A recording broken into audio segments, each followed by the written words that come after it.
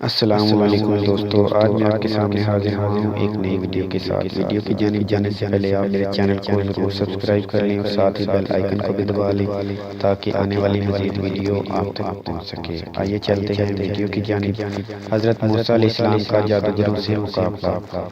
فرعون کو اپنی شکست واضح نظر آ رہی تھی، اس لیے فرعون نے درباریوں کے مشورے سے جادو کے فن کے استاد مصر کے گوشے گوشے سے بلا لیے اور ان کا حضرت موسیٰ علیہ السلام سے مقابلہ میلے کے دن مقرر کر دیا۔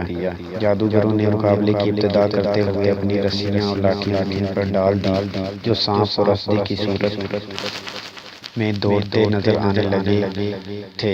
حضرت موسیٰ علیہ السلام نے خدا کے حکم پر اپنا عصا زمین پر ڈال دیا تو عصا اژدہا بن کر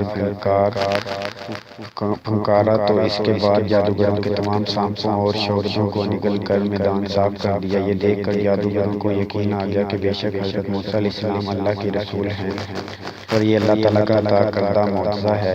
جادوگر سجدے میں گر پڑے تھے، وہ اللہ تعالیٰ پر ایمان لے آئے۔ فرعون یہ منظر دیکھ کر دنگ رہ گیا، اس کے تن بدن میں آگ لگ گئی تھی۔